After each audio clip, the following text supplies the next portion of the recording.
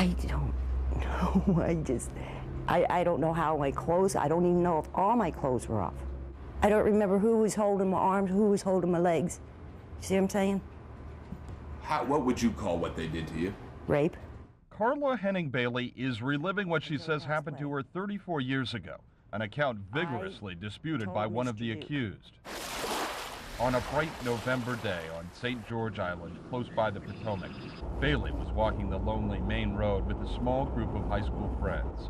The details have faded with age and pain, but Bailey says she remembers a house, a stairway, a bed, and 3 men she thought were her friends standing over her. Things started, I have no idea how it started. I just remember being on the bed, them holding me down, one with the arms and one at the legs, and the other one crawling in. And what were you doing? Screaming and yelling. Saying? Like, help. Somebody help me. Bailey's story would likely have remained a private matter buried beneath her nervous exterior, but for an outspoken newspaper editor and the career choice of one of those involved. Court clerks threw out the case files long ago, but the remaining docket sheets trace the outline of the crime. No one was ever charged with forcible rape, but at least 2 of the men pleaded guilty to carnal knowledge with a minor, 15-year-old Carla Henning. The caption on one of the dockets, "The State of Maryland versus Rick Fritz."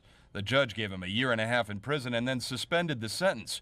More than 3 decades later, Fritz would be the crusading front-runner in the race for state's attorney, the chief law enforcement officer in the county. It didn't matter what happened 34 years ago. What mattered was what the 52-year-old candidate said. And the 52-year-old candidate was lying. Ken Rosignol is the paste-up man, the reporter, editor, and publisher of a tabloid weekly called St. Mary's Today. He's also a stringer for Channel 9. After hearing Fritz brush off his misdemeanor conviction as consensual sex, Rosignol dropped an Election Day bombshell. The crime, he wrote, was statutory rape. A 15-year-old could not consent to sex. We don't need to run a sleazy tabloid when we have politicians like him around. It's what happened next that has the FBI investigating. Before dawn on Election Day, Fritz's friends, sheriff's deputies out of uniform, bought up every available copy of St. Mary's Today before voters could even take a look. If they don't like it and they feel they've been libeled, there's remedies available to them. But the remedy available to them is not cleaning out the newsstands like this is fascist Germany in the 1930s.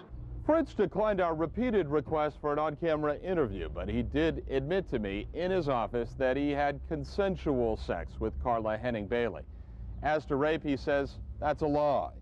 He said she had sex with several people that day, but the concept of people holding her down and her screaming, he says, is an absolute total lie. I was 18 years of age, young, obviously hormones running full blast, and I had a relationship with a young lady who was about 1 month from lawful age. The day after he won the election for state's attorney, Fritz did talk with WMDM Radio about what happened on St. George's Island in 1964.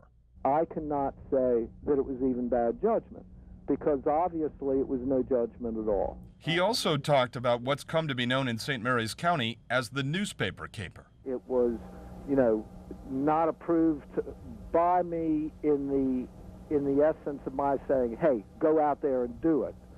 But when various of my supporters said, we're going to do it, I thought, good idea. I'm very proud of you for having the courage to stand up to him.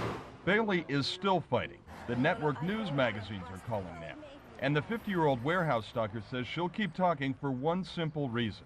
Because he is not telling the truth. In St. Mary's County, Bruce LaShan, Channel 9 Eyewitness.